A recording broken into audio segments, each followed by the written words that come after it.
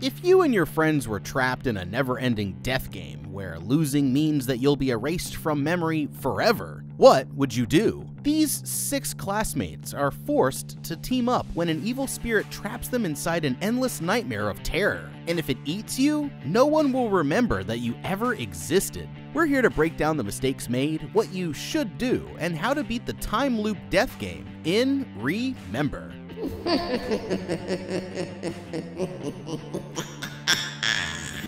These students are about to find out that the real death game just might be the friends that they make along the way. It's late one night somewhere in a dark forest, and this young girl Miko is running for her life. She's being hunted by a deranged, hatchet-wielding maniac. Terrified, she finally makes it to her house and runs inside. But the place looks completely abandoned, and there are no signs of her family anywhere in sight. Thinking quickly, Miko ducks into her father's office and blocks the door with a chair, before taking cover behind the desk. For a moment, everything is quiet until suddenly the window behind her shatters, and she can only watch as the man climbs inside and slowly walks towards her, brutally killing the girl without ever giving her a chance to escape. It's awful, and he's just unleashed a horrifying curse that's going to haunt the unsuspecting students of this town forever. But hey, I'm gonna throw it over to Josh real quick to talk about something real important. You know me, I'm all about real talk. Let's be honest guys, a little thinning on top happens to all of us. I first noticed it myself a few years ago, and let me tell you, it wasn't exactly confidence boosting. I tried all sorts of things, but nothing really worked. That's when I heard about Keeps. Keeps is this game-changer online service that makes getting treatment for hair loss super easy and affordable. You do everything from the comfort of your own home. Plus, their treatments are clinically proven to work. Like 90% effective against hair loss and growing back up to 35% more hair. Whether you're dealing with the early stages or just want things to slow down, Keeps has options for you. They even have the FDA-approved hair loss treatment options, as well as a 2-in-1 gel that combines both treatments for convenience. And it's not just about the meds, friends. Keeps also has these amazing hair thickening shampoo, conditioner, and styling pomade that make the hair you have look and feel thicker. It's the whole package, and it actually works. Most guys see results within 6 months, which is pretty freaking cool, right? Look,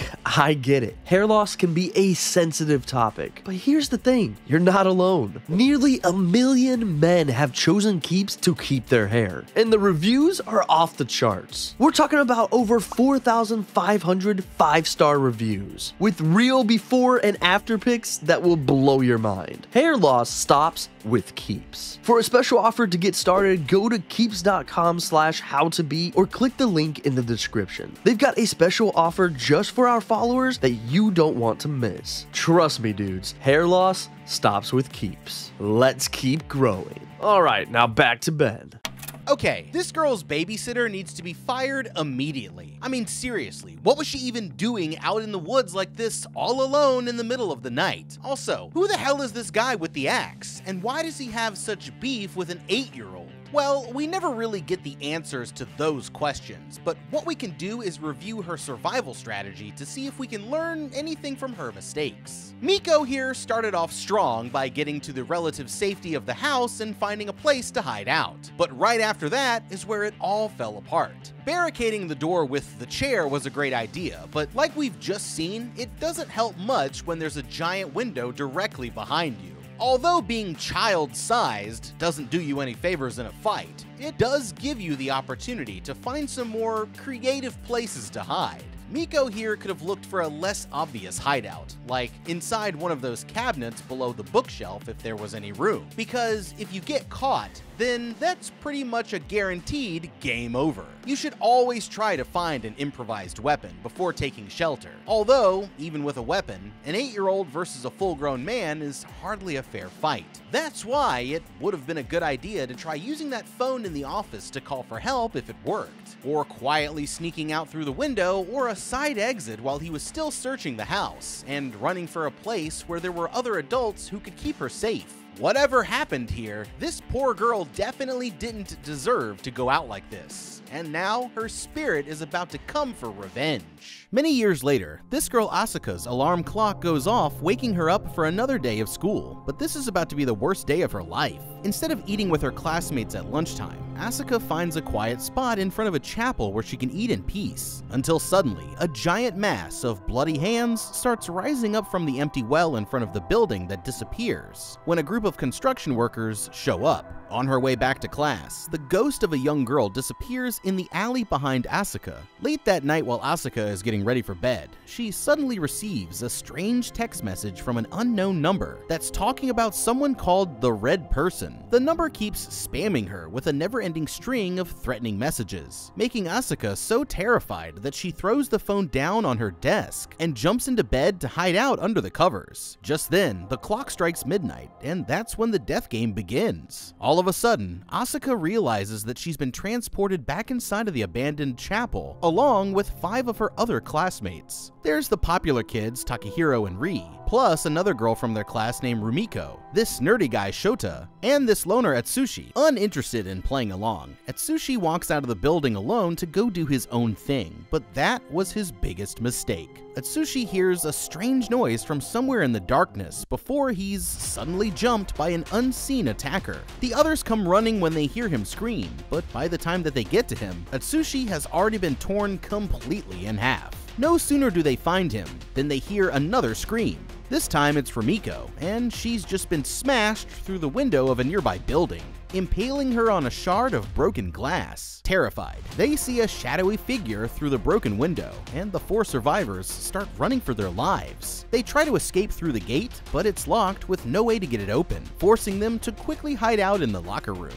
The survivors split up, each finding their own hiding place, until suddenly, Shota is lifted up high into the air and slammed headfirst into the wall over and over again, killing him before the others can even react. Takahiro grabs Asuka, motioning for her to be quiet, but Ri takes off running towards the second floor, chasing after her. They can only watch as Ri is tossed over the railing by the creature with her stomach completely ripped open. The creature is still coming after them, forcing Takahiro and Asuka to make a break for the nurse's office and lock themselves inside. Takahiro quickly hides Asuka under one of the beds, telling her to stay quiet while he tries to hold the door. He holds out for as long as he can, but the creature easily forces its way inside, before lifting him up and impaling him on a broken shelf. Now it turns its attention to Asuka, violently dragging her out from underneath the bed. And that's when we finally see what's been killing her classmates. It's the girl Miko with her stuffed doll. Asuka tries to escape, but the spirit lunges towards her and stabs its entire arm straight through her mouth and out the back of her head.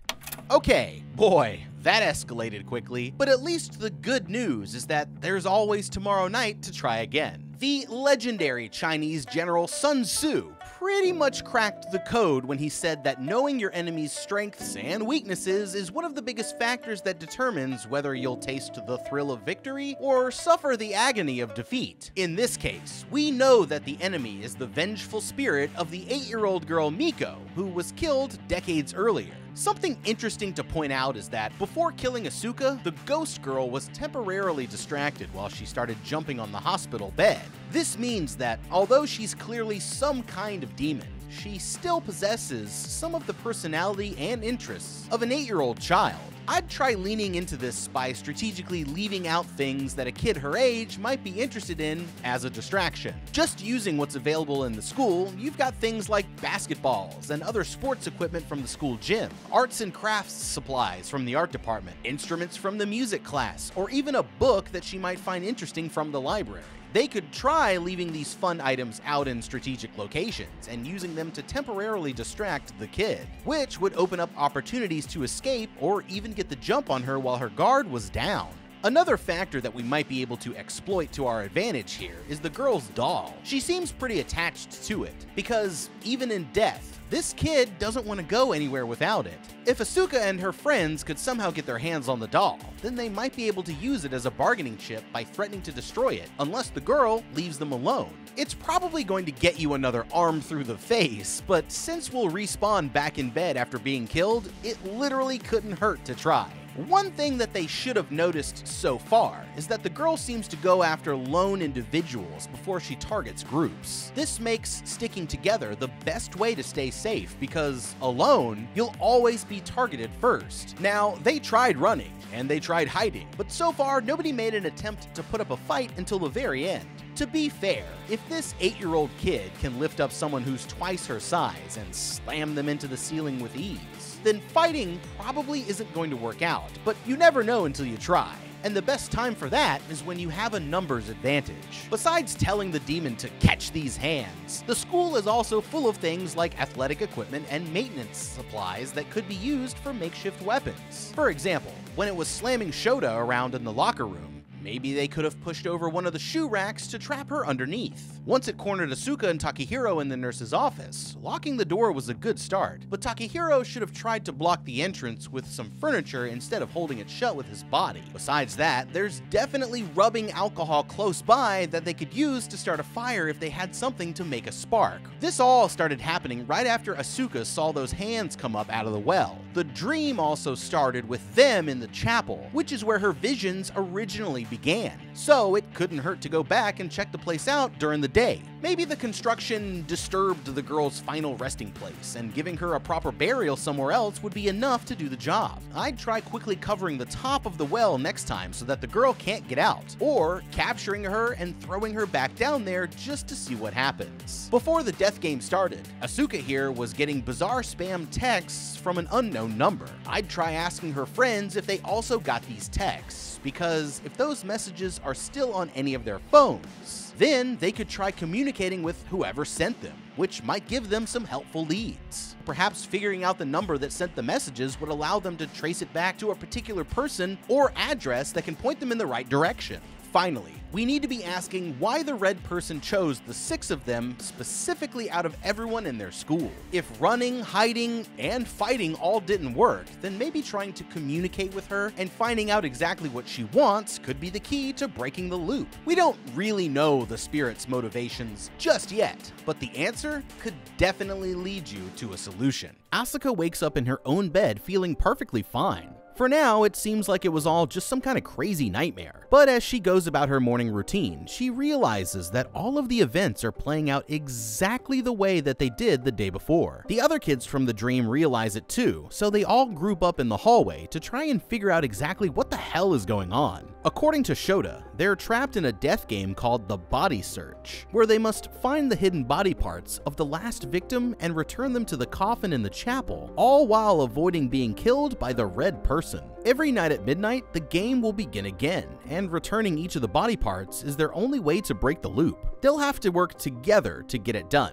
Otherwise, the 6 of them will be stuck in the cycle forever. That night, the 6 of them are transported back to the school, except for Atsushi here, who still refuses to even participate. The other 2 girls head up to the 2nd floor, leaving Asuka here all alone. So she decides to search the art studio, where she just so happens to run into Takahiro. At first, it looks like another dead end, but that's when Asuka spots a dismembered arm floating in a fish tank at the back of the room. But suddenly, the lights begin to flicker as the red person comes to find them. Thinking quickly, Takahiro gives Asuka the arm and tells her to run for the chapel while he fights the spirit off to buy her some time. In a badass moment, he puts this literal demon in a freaking chokehold and slams her ass into a wall, but she quickly regenerates and kills him as Asuka runs for her life. Shota hears them screaming and tries to hide out in a locker, but the girl comes and pushes the whole thing down a flight of stairs before leaping down from the floor above and killing him too. Upstairs, the other 2 girls spot Asuka doing her most casual jog to get away, but the red person is now right behind her. They quickly activate an electronic security door, sealing off the hallway as Asuka does an Indiana Jones style slide underneath it just in time. The girls take a moment to check out the arm, until suddenly the spirit forces up the bottom of the gate and grabs onto Rumiko from the other side. Asuka tries to help her, but it drags them both under the gate and tears the girl to shreds, leaving only Ri to finish the job. With the spirit chasing her down, Ri sprints back to the chapel and places the arm where it should go in the coffin. And that's when the red person lunges in and kills her, resetting the time loop once again.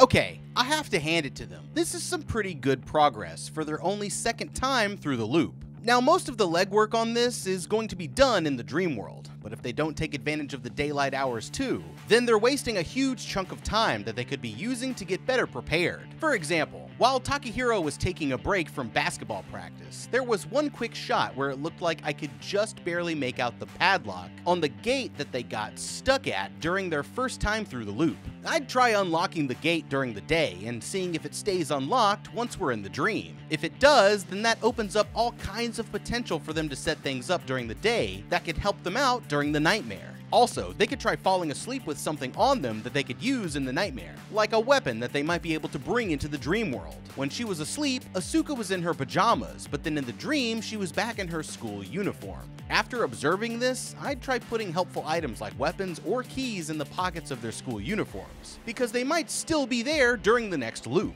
They should try going about their days with a different routine every time and altering the events as much as they can, because they might end up doing something that disrupts the cycle. Once the nightmare gets started again, we need everyone on the same team. They need to convince Atsushi to get involved too, because the extra meat shield, set of hands, could make a world of difference. He doesn't want to be here, but the quicker we figure this out, the quicker that it's all over. So the truth is that he has every reason to help out. The students made a critical mistake by splitting up again, giving the demon more chances to pick them off one at a time. Instead, they should stay in at least groups of 2 and focus on searching one area of the school at a time. That way, they can use the strategy that Takahiro and Asuka did, where one person serves as a distraction while the other escapes. This method breaks up the girl's attention and actually increases the chances of both of you getting away. Plus, it gives you the psychological advantage of not being as afraid as you would be if you were alone. Fear naturally triggers your flight or fight response, which activates your sympathetic nervous system as it floods your body with stress hormones like adrenaline and cortisol. This helps you make snap decisions, but hinders your ability to focus and concentrate, making it harder to get a thorough search done. Alone, you'll be too focused on things like noises because you're constantly anticipating the jump scare of the monster showing up, which will consume all of your attention and have a negative impact on your memory and decision making. Plus, the more that they repeat this cycle, they're going to lose morale, and that will make it much harder to push through to victory. So they need to get an early lead to keep their spirits high. Being the athlete of the team, Takahiro makes the best candidate for running the distraction, and the girls can all work together to quickly search each area while staying quiet and maintaining a low profile for as long as possible until they're discovered. They should come up with a plan to systematically search and clear areas of the school and keep track of their progress, so that nobody wastes time checking a place that they've already been through until they've exhausted every option. They don't know if the body parts will reappear in the same location the next night, but they do know that the parts stay found as long as you get them to the chapel before being killed. So you definitely don't want to lose once you've found it. The good news here is that the creature doesn't seem attracted to the body parts themselves. This is demonstrated by how it went for Shota after killing Takahiro, even though Asuka had the arm. The red person most likely just goes after whoever is the next closest person in the vicinity. So creating a distraction while someone runs the body part to the coffin is a perfectly viable strategy. I'd use the time that they have during the day to scout out the best routes through the school. Asuka and Ri were actually able to outrun the girl, so she's not any faster than the average person. They can take advantage of this by finding a way to make themselves faster, like dreaming in some roller skates or leading the girl into a trap to slow her down with some creative use of nets, ropes, and weights from the school gym. As for fighting back, I'd save that option as a last resort. We saw from Takehiro's fight that he was able to put the creature in a headlock and slam it into the wall, and any demon that can be manhandled like that is certainly not unbeatable. It can briefly be weakened and stunned by physical damage, but quickly regenerates. So if you want to take it down for longer, then you need to hit it with something more powerful. For example, the kiln in the art room can heat up to over 1,000 degrees in about half an hour. It's going to take some planning ahead, but perhaps next time Takahiro could body slam the ghost girl into the kiln and see how she likes that. This creature is terrifying, but there's really nothing to be afraid of since they know that failing just means that they'll respawn again in the morning. Still, they don't want to be stuck here forever, so they need to work together and stick to the strategy to get this over with as quickly as possible. One day after a few more failed attempts, the students decide to meet each other in the library and discuss their plans, with only Atsushi still refusing to show up. Shota here manages to find a news report from 30 years ago of a grisly murder that happened near their school, and they quickly notice that the victim looks exactly like the red person who's been brutally attacking them every night. Her killer dismembered the girl's body into several pieces, but the only part of her that was never found was the girl's head. To help them get prepared, Shota also drew up a detailed map of every building and room on the campus. This way, they'll be able to keep track of the places where they've already searched. That night, everyone takes walkie-talkies and splits up to search the buildings, while Takahiro uses bright lights and loud music to trick the red person into coming after him in the school gym. While the others start finding more and more missing pieces of the girl's body, he dodges around the gym using anything that he can get his hands on to try and buy them as much time as possible. As the cycles continue, Takahiro finally manages to track down the last leg. He makes it to the chapel and quickly places the leg in the coffin. There's only one body part left to go, and so they start out by sticking with the method that's been working for them so far. But no matter how hard they search, they can't find the girl's head. After exhausting all of their other options, Shota here suddenly comes up with another bright idea. He suggests that they should try searching the house where the girl was killed 30 years before, and although it's going to lead them closer to the truth, this also turns out to be a big mistake, eventually making their way to the office where it all went down. Just then, they spot a suspicious-looking wall that seems like it could be hiding something. The boy slides a bookshelf out of the way, and sure enough, there's a boarded-up section of the wall right behind it that's practically calling their names. The girls aren't so sure, but after coming this far, the boys aren't about to just turn around, so they slowly start to pry the boards off one at a time, and what they find inside changes everything. Hidden in the wall is the girl's favorite doll, Emily. Just then, the girl's spirit slams the door shut, and when they look back, the doll has completely disappeared. Terrified, they all run out of the house as fast as they can, but they have no idea that they've just accidentally unleashed the most horrifying creature of all.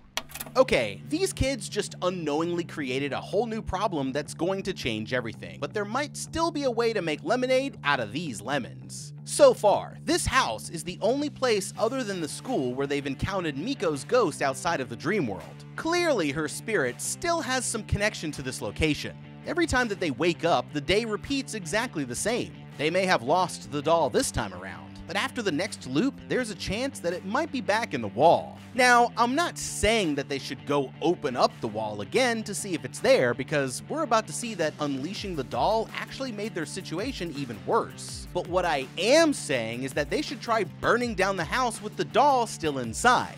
It's a long shot, but maybe destroying the doll and the house will finally put the spirit to rest, ending the loop. If not, then they'll just relive the day again anyway, so there's nothing to lose by trying, or at least, that's what they think for now. That night, everyone begins to notice that something about this version of the loop doesn't feel quite the same. Just then, Asuka notices the girl's shadow on the wall, but this time, it looks like she's actually fusing with her doll and slowly mutating into some sort of hideous new form. As they all scramble to get the hell out of there, Rumiko is suddenly crushed and killed by some falling construction materials, and Atsushi is completely sliced in half once again by a stained glass window. But while the others keep running deeper into the school, Shota comes face to face with this new monstrosity. The sight of it makes him so paralyzed with fear that he completely freezes up, and the creature crushes him between the heavy shelves, taking him out of the game. The remaining 3 survivors barricade themselves inside one of the science labs, and quickly fashion some makeshift torches just as the creature uses its incredible strength to easily break straight through. With one arm, it effortlessly grabs Takahiro and lifts him high into the air. Fighting back, he plunges his torch into the creature's unhinged jaws, but it flings him across the room where he's impaled on a broken board. Ri tries to run, but the monstrosity bounds towards her across the room and begins devouring her body while Asuka looks on, completely horrified. After finishing with her friend, the beast starts coming for Asuka next, but she slips and falls from a high ledge outside, dying on impact before the monster can get to her. The next morning in class, the survivors make a horrifying discovery. Ri is nowhere to be found, and none of the other students have any memory of her ever existing in the first place. Gathering out in the hallway, they quickly realize that if this version of the creature eats you in the dream, then you completely disappear without a trace.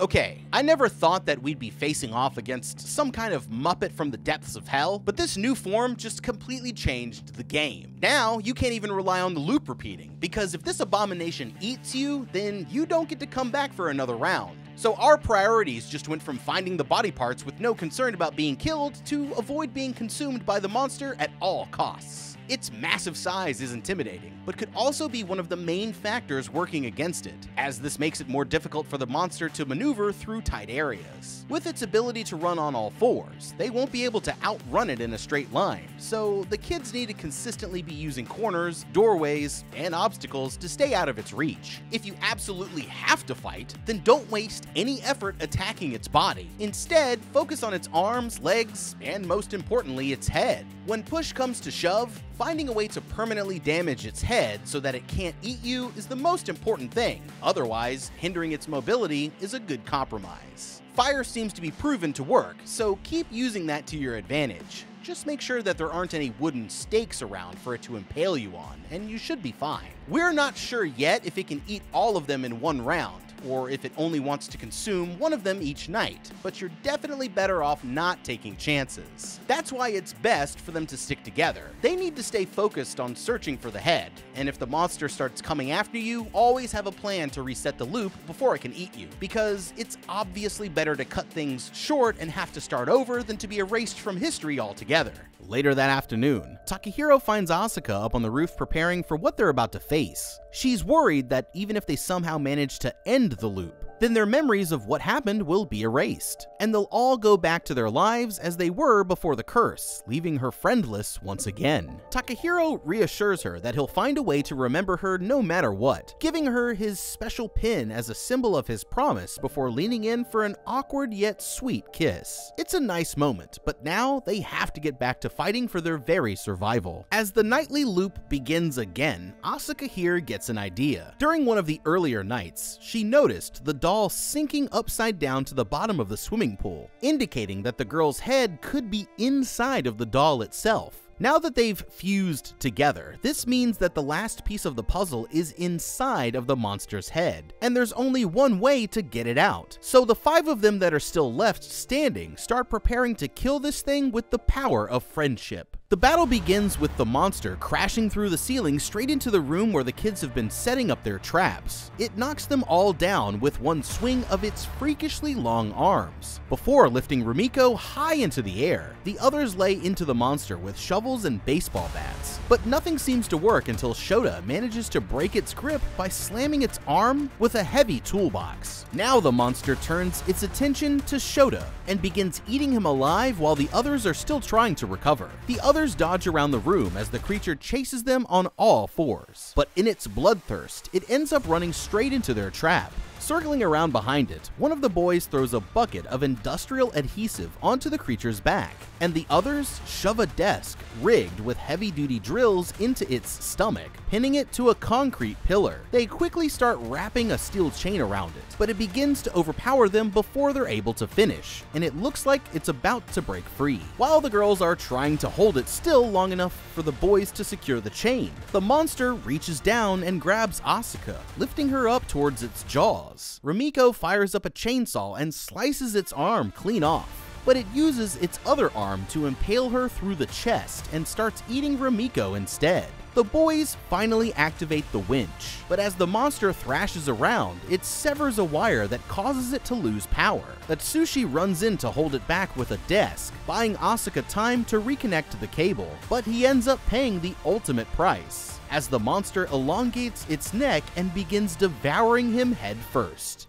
Okay, here we are just inches from the finish line, and our survivors are coming dangerously close to blowing it. Now it's up to Asuka and Takahiro to save the day. Otherwise, all 6 of them are going to be completely erased from reality. They started off with a strong advantage, but one of them made a critical mistake that cost them everything. Atsushi, you f***ed up! This one's pretty simple. They had the creature chained to the pillar. The chains weren't secure, but at that moment, the monster wasn't going anywhere. So why the hell wouldn't you just chop its head off when you had the chance? Instead of going for the kill, Atsushi actually put the chainsaw down so that he could help Takahiro attach the chain. I'm sure he appreciates the help, but you know what I bet he'd appreciate more? Atsushi doing his damn job and actually killing the monster. One swing of the chainsaw and this would have all been over, but Atsushi made the worst possible decision at the most crucial moment, and now all 6 of them might be done for. Hopefully his friends can pull it off, but if it were me, we'd be having a word about this decision once we were all safely out of the loop, because Atsushi, you f***ed up. Furious, Takahiro grabs the chainsaw and leaps across the room, slicing it down straight through the top of the creature's head. After a tense moment where they all aren't sure what will happen next, the monster slumps forward lifelessly, and the dead girl's head plops out onto the floor. They finally have the last piece of the puzzle, but they still need to get it to the chapel if they're going to survive. The 2 of them head for the finish line, leaving the monster behind. But just when they're about to end this nightmare, it comes crashing through the doors right behind them. Takahiro decides to sacrifice himself so that Asuka can finish the job, and it starts eating him alive while Asuka can only watch. Finally, Asuka runs for the coffin, but she hesitates for too long and the creature knocks her off her feet. As it drags her in for the kill, Asuka decides that she's had enough and starts putting the beatdown of a lifetime on this thing. With one last blow, she staggers the creature back into some dangling chains, causing a giant crucifix to crash directly onto it. She's finally won, and with her enemy defeated, Asuka returns the head to the rest of the girl's body, ending the time loop once and for all. In the morning, Asuka wakes up safely back in her bed, and it's finally a brand new day. At school, none of them seem to remember what happened, but they end up drawing names from a box for the festival committee, and wouldn't you know it, fate brings the 6 of them together once again. While they're having their first meeting, Asuka drops Takehiro's pin out of her pocket, and he's suddenly overcome with a feeling that he can't quite explain. Just like he promised, they've found each other after all, and the 2 of them go on to live happily ever after, at least until some unlucky victim starts the loop again. Well, it's a good thing that we all figured out how the